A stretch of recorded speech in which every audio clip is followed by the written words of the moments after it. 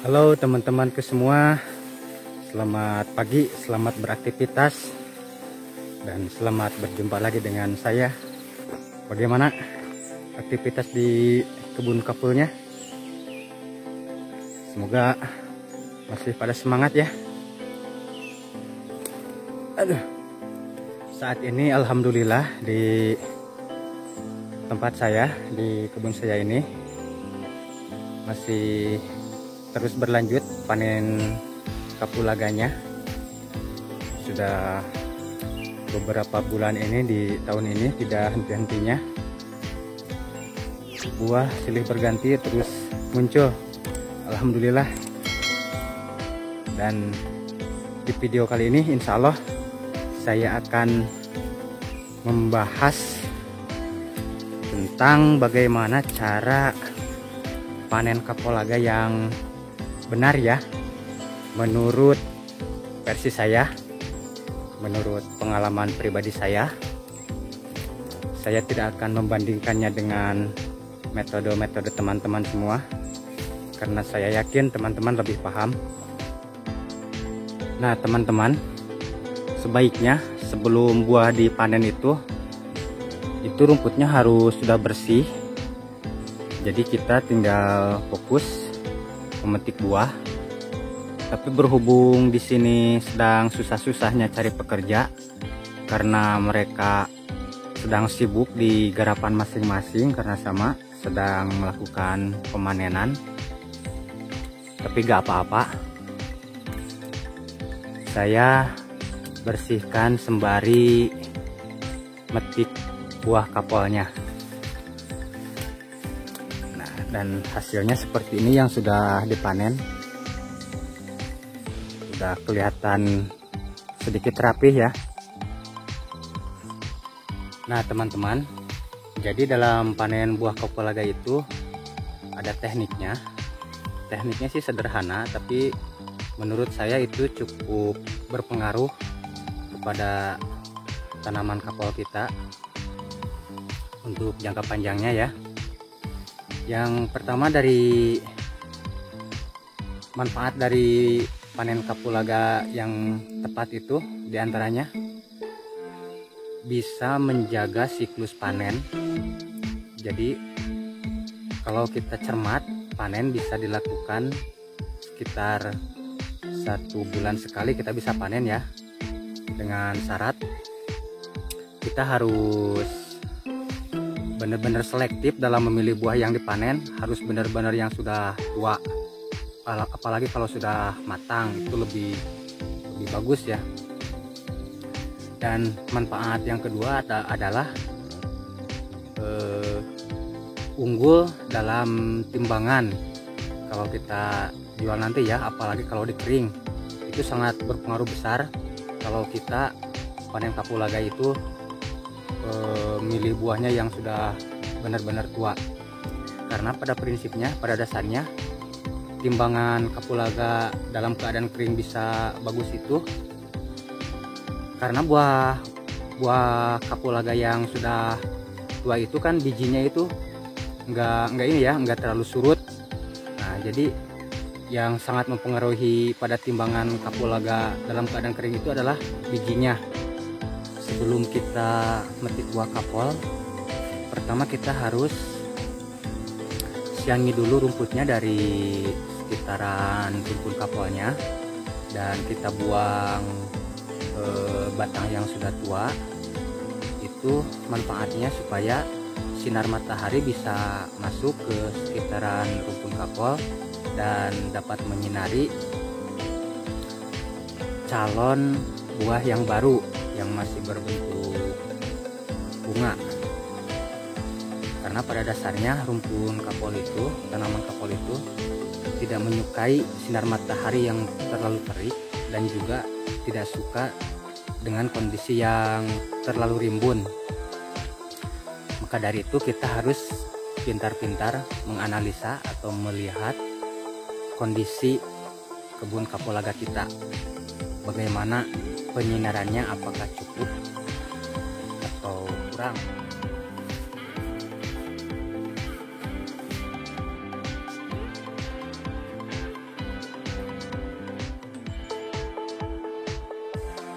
Manfaat lain kita menyiangi rumput dan membuang batang yang sudah tua itu adalah untuk membuka ruang untuk bernapas rumpun kapol mengeluarkan tunas baru.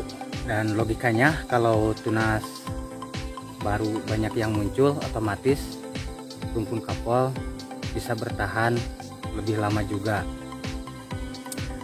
Memang perlakuan seperti ini kelihatan sederhana ya, tapi ini adalah merupakan suatu kombinasi dalam kita merawat tanaman kapulaga yang saling terkait dengan perlakuan yang lainnya. Kita tidak bisa memilih salah satunya, jadi harus kompleks, harus semuanya kita kerjakan. Nah teman-teman, dalam menyeleksi buah yang sudah layak untuk dipetik itu adalah yang sudah tua kan, tadi intinya yang sudah tua. Nah, untuk menentukan tua atau tidaknya, kita coba ini tekan buah yang terakhir ya, yang paling ujung. Nah, kalau sudah keras kayak begini, itu artinya buah sudah layak diambil. Dan dalam pengambilannya kita juga harus benar-benar hati-hati,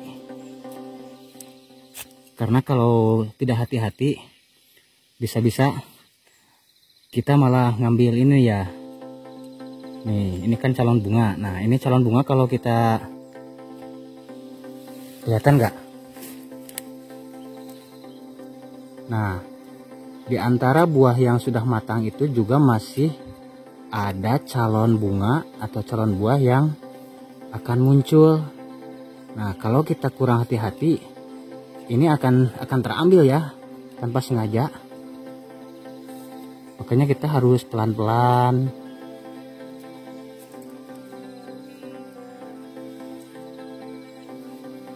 Sayang kan kalau kita tanpa sengaja mengambil calon buah baru. Bisa-bisa perlakuan kayak gitu akan memutus siklus panen. Jadi kita tidak akan bisa panen setiap 1 atau 2 bulan sekali ya. Kalau kita jabrah, di sini kalau sembrono itu jabrah disebutnya. Nah, makanya seperti yang sudah saya jelaskan di video sebelumnya, dalam memetik buah kapol itu kita harus menggunakan alat yang lancip, yang kecil, jangan terlalu lebar ya, supaya ini dapat mudah masuk ke sela-sela antara ini manggaran kapol.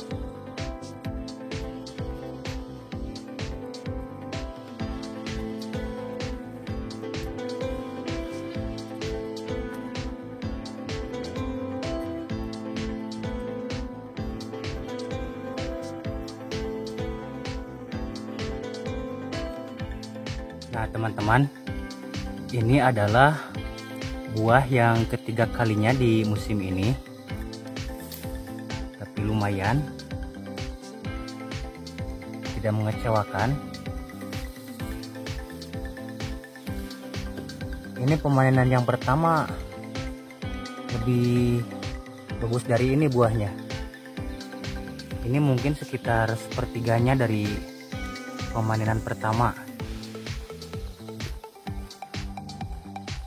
Ini murni tanpa pupuk tambahan sama sekali. Dan kenapa saya jarang sekali membahas masalah penjarangan batang kapulaga? Karena saya pribadi tidak pernah melakukannya ya. Tidak pernah melakukan penjarangan batang kapol. Sebab apa? Menurut logika saya, setiap batang kapol yang tumbuh itu mereka masing-masing membawa kesempatan untuk membawa buah. Nah, jadi kalau kita tebang ya sama saja, otomatis kita membunuh kesempatan batang tersebut menghasilkan buah. Yang saya lakukan hanyalah membuang batang yang benar-benar sudah mati atau yang patah tertimpa pohon atau apalah. Saya sengaja dibiarkan saja seleksi alam yang melakukan penjarangannya. Seperti ini contohnya. Dulu beberapa waktu yang lalu ini padat sekali, rapat sekali ini batangnya. Tapi sekarang sudah mulai agak longgar karena itu tadi batang kapulaga juga menyeleksi dirinya sendiri. Yang sudah tidak produktif pasti akan mati. Menurut saya pribadi, buah kapal yang lebat itu tidak ada hubungannya dengan penjarangan ya, saya rasa. Sebab apa?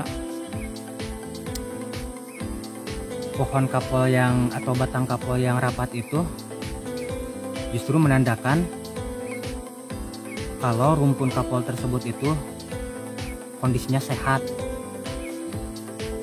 Dan kalau sudah mulai agak tua itu rumpun kapalnya, mereka juga akan fokus kepada pembuahan. Saya juga pernah bahkan sering mengalami ya,